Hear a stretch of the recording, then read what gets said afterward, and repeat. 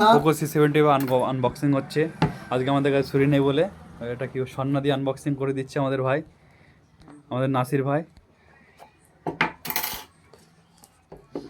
Heavy colour তো ফোনটা দেখি, এত সস্তা এত সুন্দর 5G ফোন, 10-এর নিচে মাত্র 8,500 টাকায় 5G ফোন।